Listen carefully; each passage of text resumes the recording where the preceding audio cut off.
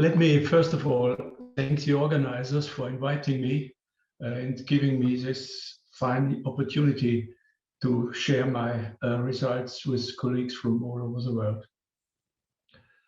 In this talk, I would like to report on a reconstruction of quantum theory from classical, probabilistic, and Hamiltonian structures. This talk is an overview, references and details you find in these two papers, published papers here below. The second part of the talk is unpublished. This work was motivated by questions of interpretation. There are two most conflicting interpretations of quantum theory. On the left-hand side, you see the Bohr interpretation, which is the dominating one. He says quantum theory provides a complete description of single particles. This is an individuality interpretation. On the right-hand side, you see what Einstein believed, namely that quantum theory is only able to describe statistical ensembles. So the individuality interpretation on the left-hand side has a lot of problems. I do not want to go into detail at this point. And on the right-hand side, all these problems are absent. But on the other hand, there's a big point in favor of the individuality interpretation, namely that the principle of reductionism holds true. This principle does not hold true for the ensemble interpretation. So my own belief is that Einstein was right and that the quantum theory should be interpreted only as an ensemble theory. And if this is true, then we should also not start from classical mechanics, but from the probabilistic version of classical mechanics. I have to distinguish these two theories here because they lead to different results in this respect. So let me first of all start from a definition of a Lagrangian ensemble. You have the well-known canonical equations. The P and Q are Lagrangian coordinates. They denote positions of particles and not points of space. This is a subtle but important difference. So the solutions of the canonical equations are written down here, and they define a flow depending on the interpretation. And a Lagrangian ensemble in phase space is simply given by the set of all solutions with initial values running through phase space. Now, this so-called Lagrangian formulation of an ensemble is already complete if you supply a probability density for the initial values.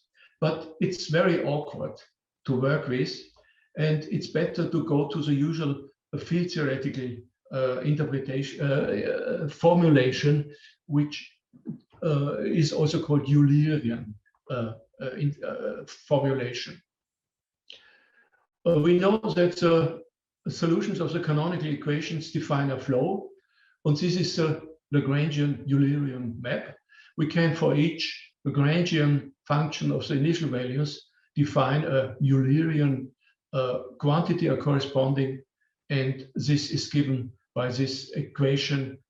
It looks Liouville-like, but has inhomogeneous term on the right-hand side if the Lagrangian function is time-dependent. So this Eulerian formulation corresponds to the usual field theoretical description. However, if we compare now at this point with quantum theory, we notice immediately as a big difference. Physical fields depend on space-time variables, qt, and not on space momentum time variables, qpt.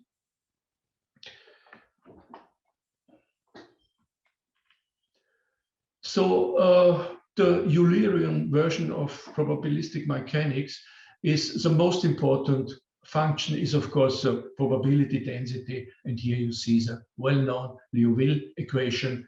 And if you have an Eulerian observable A, then you can calculate expectation values. And this set of equations, canonical equations, Liouville equation and expectation value, essentially define what I refer to as probabilistic mechanics. So we come to the crucial question, could we really take something like probabilistic mechanics as a starting point for a reconstruction of quantum theory? First of all, we should clarify what we mean by reconstructing quantum theory. This means, of course, the derivation of the evolution equation, Schrödinger's equation, the non-standard probabilistic structure, in particular non-commuting observables, Born's rule, the minimal coupling rule, the existence of spin, the anomalous value of the magnetic moment, and the spin statistics connection. This is the easy part to say what we want to achieve. And now the next question is it logically possible to construct quantum theory from probabilistic mechanics? I'm talking here about formal reducibility. That means I'm talking about the mathematical relation between the basic equations.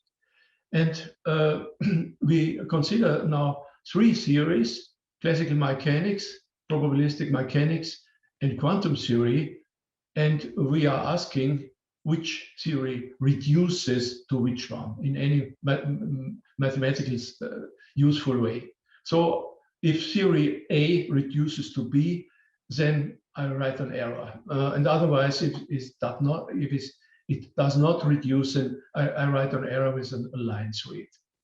And then we find that quantum theory does not reduce to classical mechanics, which is not really trivial. Classical mechanics does not reduce to quantum theory, which is obvious and clear.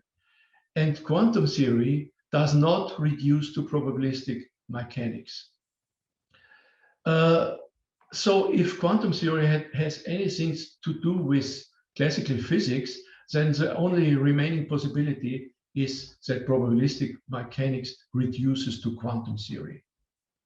So this is somehow strange because we know that quantum theory is a superior theory. It's realized in nature. It's better than classical physics. On the other hand, the mathematical structure of the probabilistic version of classical physics is larger than quantum theory. So we can reduce, we hope we can reduce probabilistic mechanics to quantum theory.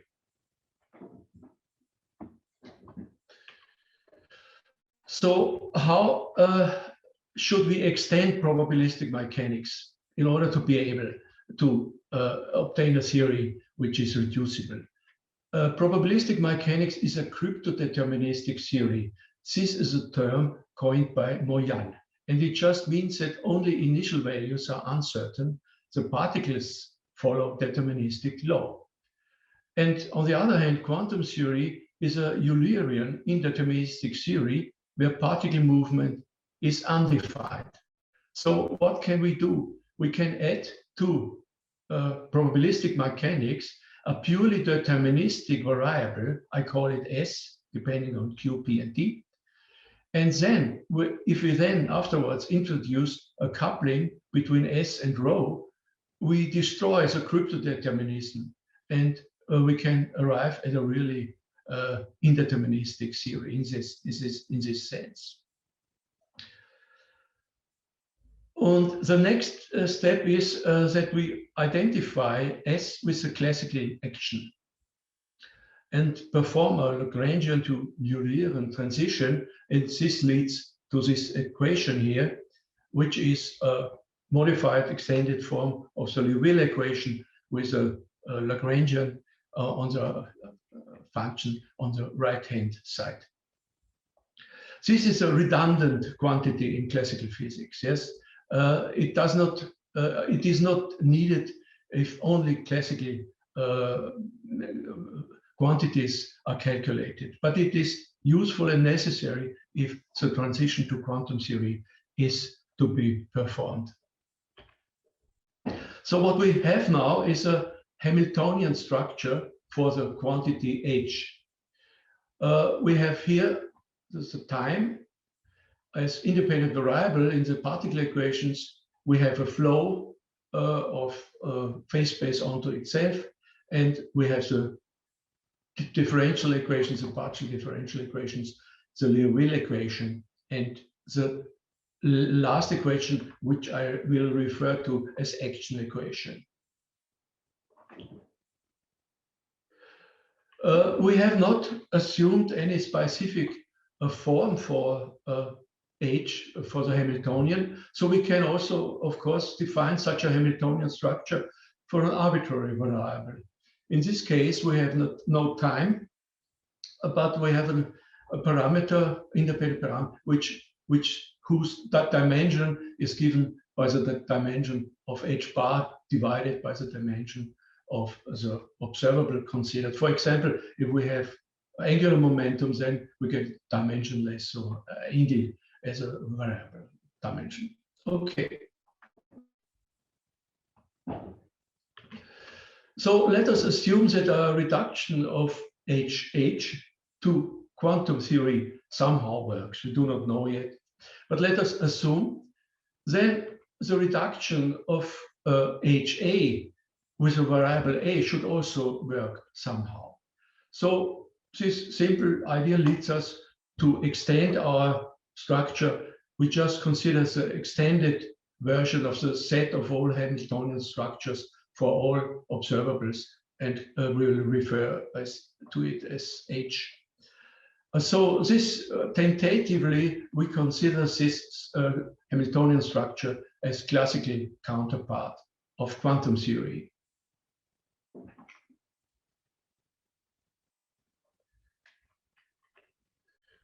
So how can we or could we reduce this structure to quantum theory? First of all, we know that quantum theory is a configuration space theory. The dynamical variable depends only on Q, not on P. This is trivial and well known, but the conclusion is that we have to perform a projection to configuration space. We have to replace the particle variable momentum by a field which is parameterized by the coordinates of the configuration space. And we have to perform this for all observables. The second fundamental assumption is that all fundamental laws of nature should be linear. What I mean by a fundamental law of nature is it's just a law that contains only fundamental constants. We work with these two assumptions, and the linearization will turn out later can also be considered as a randomization. These two steps will be used in what follows, and the order of these two steps does not matter. So we proceed with the linearization as first step. We rewrite the Hamiltonian structure in linear form and change notation. We introduce Poisson brackets and the Lie derivative. And as you will know, as you all know, if the Poisson bracket of two observables A and B vanishes, then that means that the Lie derivative of the observable B with respect to A vanishes is zero and vice versa. This means that the observable B is invariant under the flow produced by the variable A. Then we define a complex state variable.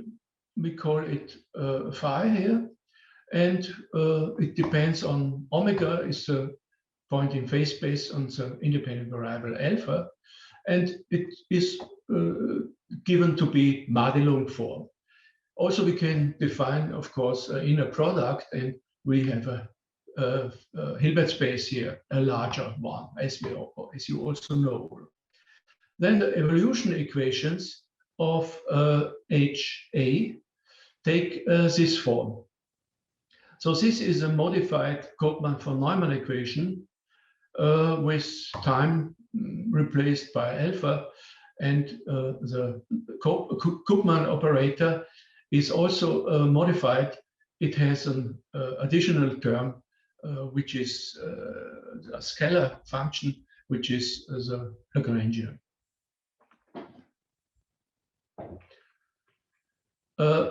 What we find now, if we consider this structure, and write all the equations in this form, that this structure takes an astonishing quantum-like form. For examples, the operators, this is not new, the operators LA are self-adjoint with commutational relations like that. So the Poisson bracket structure, the Lie bracket structure is preserved. If now this A, this observable, is different from H, and alpha is different from T, then we need a structure which does not depend on H, because there can only be one time in this formalism. And this leads to eigenvalue equations where these eigenfunctions are defined in a similar way as above.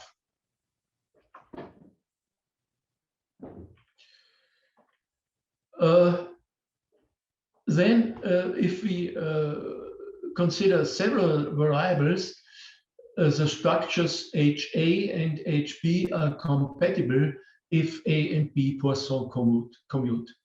Then also, of course, these operators also commute. Then common eigenfunctions exist.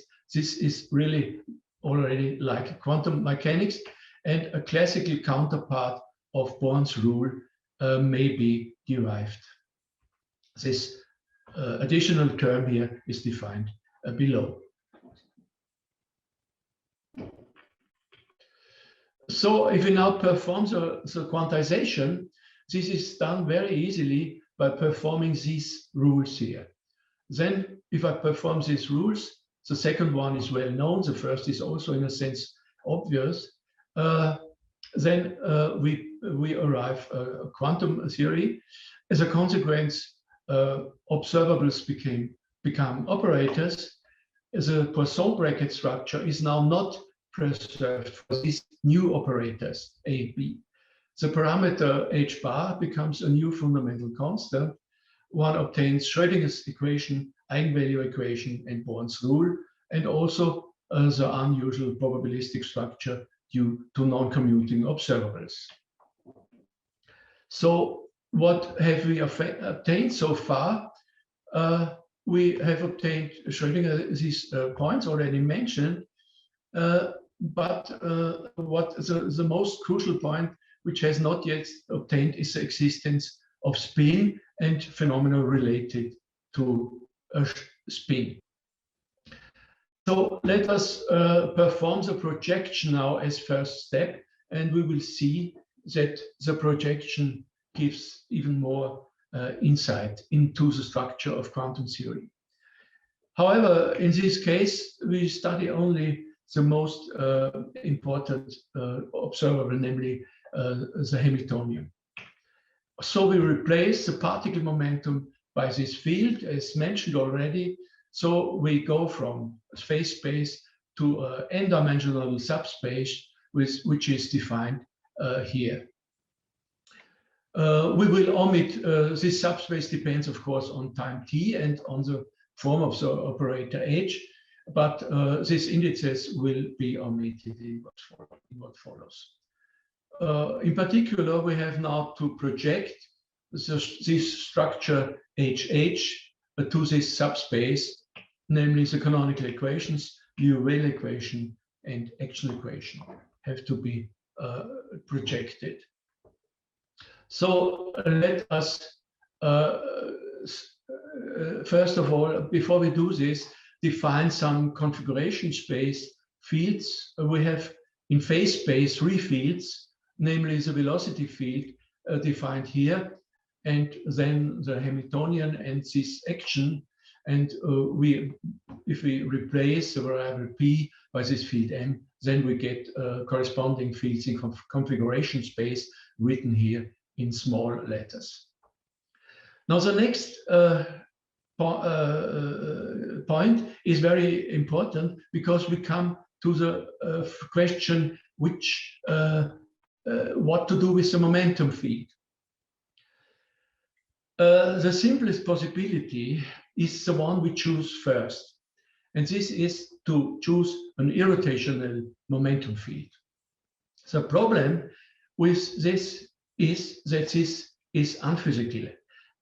For the following reason, if I can derive n different fields, the components of this momentum, from a single function, then this means that these components are strongly functionally dependent from each other. It's clear, and this is not true. This is a constraint which I don't like.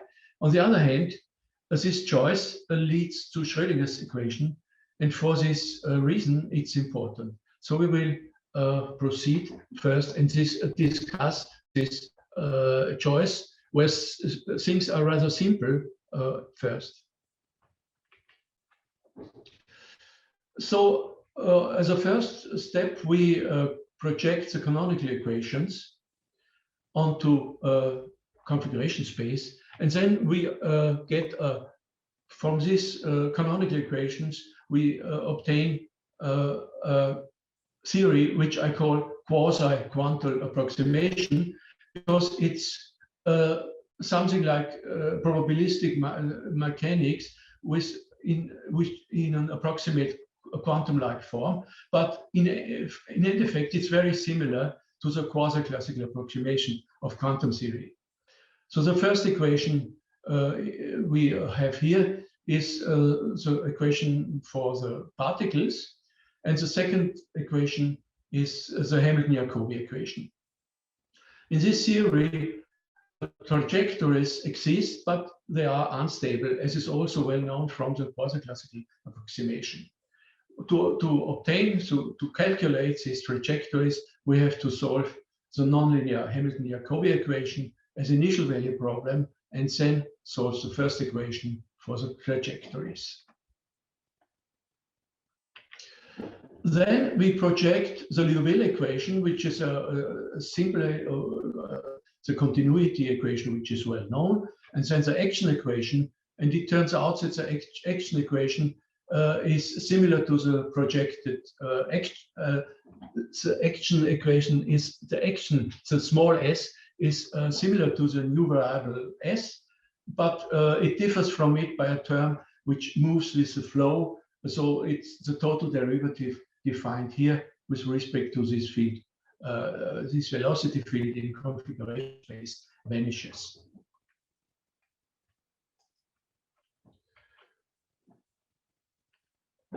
So this structure is very unsatisfactory. This theory is very unsatisfactory, because if we go back to phase space, then we know that almost all solutions are globally valid.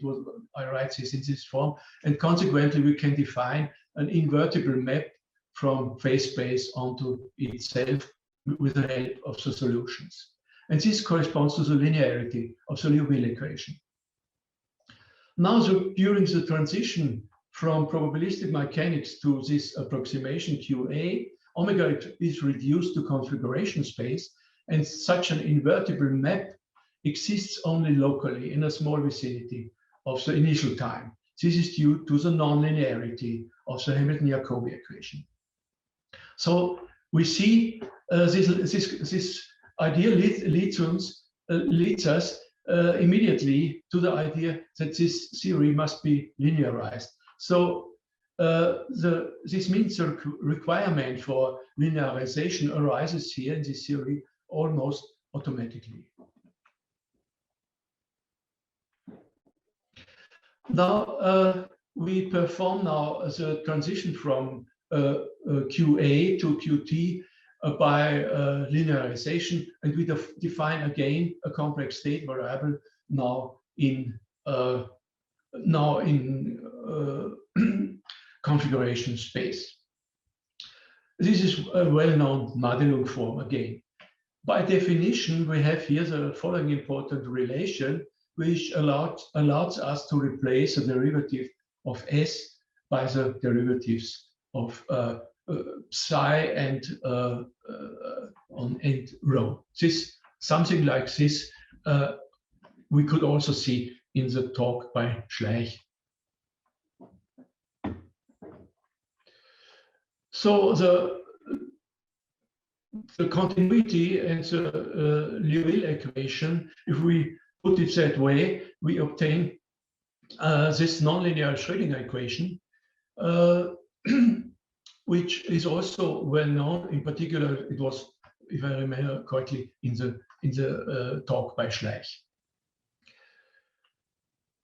The particle equation is not affected by this reformulation. It remains the same.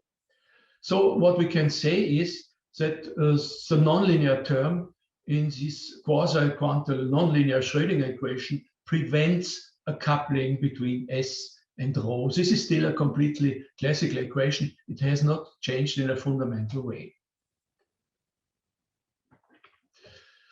But we can now perform the transition from QA to QT by means of a linearization in an extremely simple way, because we have just to omit the term proportional to h bar, which is the nonlinear term, and obtain the Schrödinger equation. So this linearization introduces h bar as a new fundamental constant. It leads to a coupling between S and rho, and the linearization destroys the particle interpretation of this equation. The reason is that no momentum is still definable for particles in this by this omitting this performing this crude step of omitting the nonlinear term destroys the idea that still momentum can be associated with a single particle. So let us next have a short look at the quantization rules and compare the two ways of proceeding. If the linearization is performed first, the modified Koopman von Neumann equation reduces to the Schrödinger equation in this way, which is now the former equation written explicitly, and by implementing these two rules. If, on the other hand, we perform the projection first, the structure H reduces to the nonlinear Schrödinger equation by implementing this rule by replacing the particle momentum by a field. And this step can be interpreted as an implementation of the vanishing of the derivative with respect to P. Omitting the nonlinear term in the Schrödinger equation now corresponds also to one of the former rules, namely to the well-known quantization rule. If you have a look at these equations and the second term in the bracket vanishes, or if the nonlinearity is implemented, and we obtain again that the momentum at this point is replaced by this operator.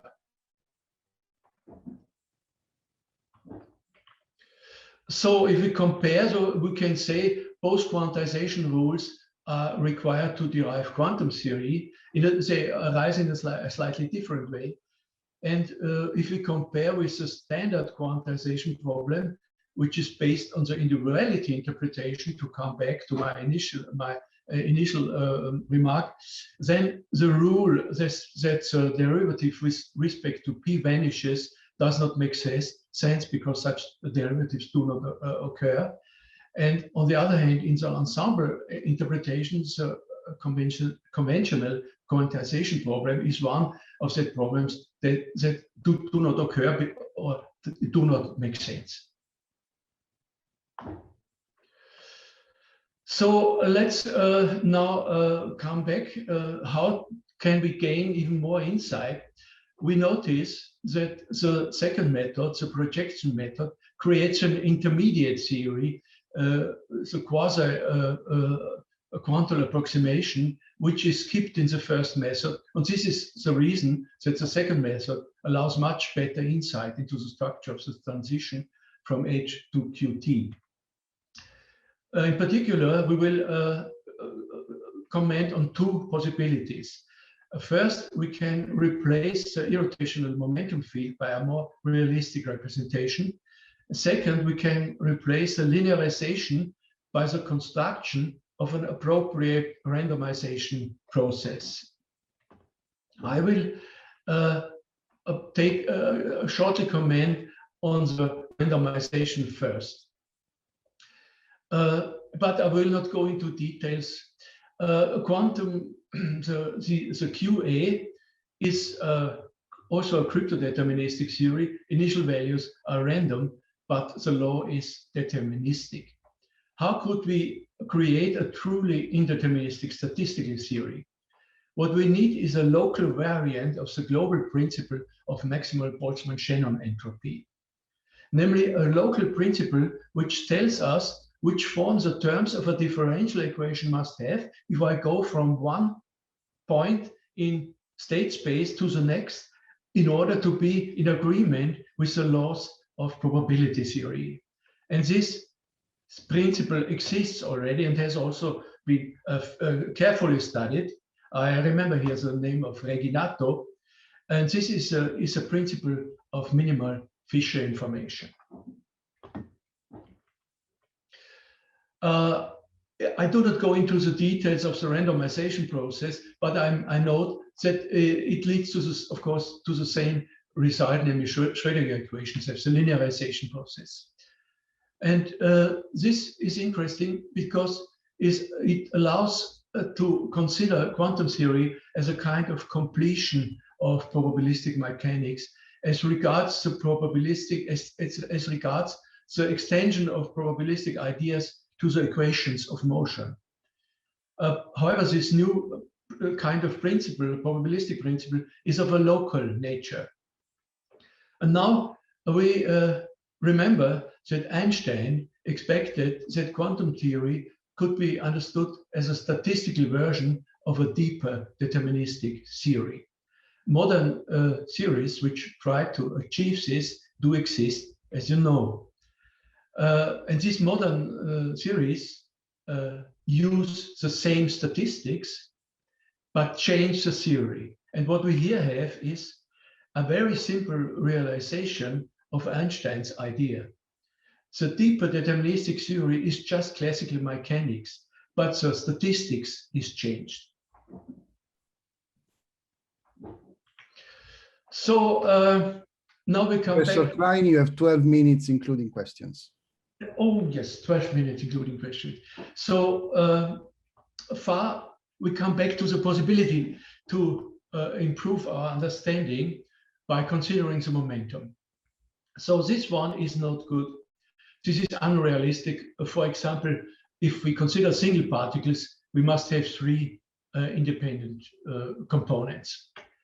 If there are two possibilities, if all components are functionally independent from each other, then the components themselves can be used as dynamical variables, as is the case, by the way, in fluid mechanics where n is 3. If, on the other hand, m1 to mn are not functionally independent from each other, then a smaller number, L, let's call it L, which is smaller than n, of independent functions must be used, and these functions are then called potentials.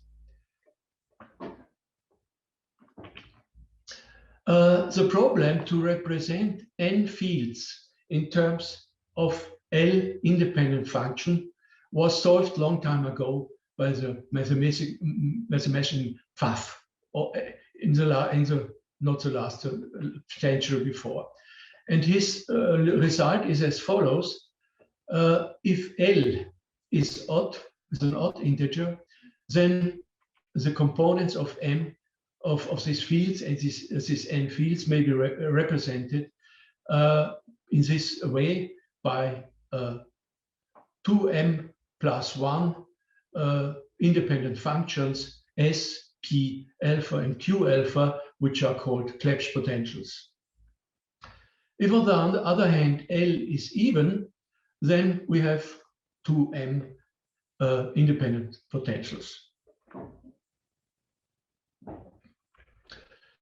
So let's perform a very simple step. We consider now n particles. In this case, we have 3 large n spatial degrees of freedom. In particular, the number of degrees of freedom changes between even and odd if n changes. And we can only have a single type of representation. And so what we see immediately that only the odd representation survives. On the other hand, if you now consider the assumption that all m are functionally independent from each other, that means the assumption that L is n, then we obtain immediately a contradiction. So we conclude that potentials must be used in quantum theory Clebsch potentials in this case. So we have found now a quantum-like property, which is very important, but which is seldom asked for. We've derived this here. Now the question is, what is the physical interpretation of this new Clebsch potentials? The only meaningful solution for arbitrary n is that the small m is equal to n. This means n particle ensemble is described by a function S and n pairs of functions P alpha, Q alpha. If we calculate the vorticity tensor, we find that the components of the vorticity tensor are in general non-zero, and this means that Q alpha, P alpha describe rotational degrees of freedom. In particular, we have 2 rotational degrees of freedom for each particle in a probabilistic n-particle ensemble. So the next step will only be performed for n is 1. In this case, we have m is 1 and 2 rotational or vertical Clebsch potentials P and Q. A single particle is now described by 3 independent functions S, P, Q. And this is in agreement with a fundamental fact that space is 3-dimensional. And we can conclude that the P alpha, Q alpha, representing the rotational degrees of freedom, must be taken into account. Otherwise, we would implement a non-existing kinematical constraint. In principle, that means we would make an error if we did not take these rotational degrees into account. The linearization, randomization, has been performed by me only for single particle, n is 1. And it can be performed following the same general ideas as in the previous irrotational case. That means we have a projection which has already been performed, and the second step can either be a linearization or a randomization. Again, it can be performed as a randomization in the same sense as I mentioned in the irrotational case. However, the theory is slightly more complicated in this case, and I have no time at all to talk about this. But the result is simple, and the result of the linearization or the randomization is the Pauli-Schrödinger equation. So that means that these new variables contain the phenomenon of spin. We can draw some important conclusions about the spin of a single particle. The phenomenon of spin is due to a vertical degree of freedom of the momentum field in configuration space, so in this ensemble. This vertical degree of freedom is described by these two Clebsch potentials, P and Q. So we can immediately obtain a really astonishing conclusion, namely spin is not a purely quantum phenomenon. So is spin now a pure classical phenomenon? This is also not true because we cannot spin formulate in phase space. Spin has no classical phase space counterpart, but it has a quasi-classical, quasi-quantum counterpart, but it's not a purely quantum phenomenon. We can also, if we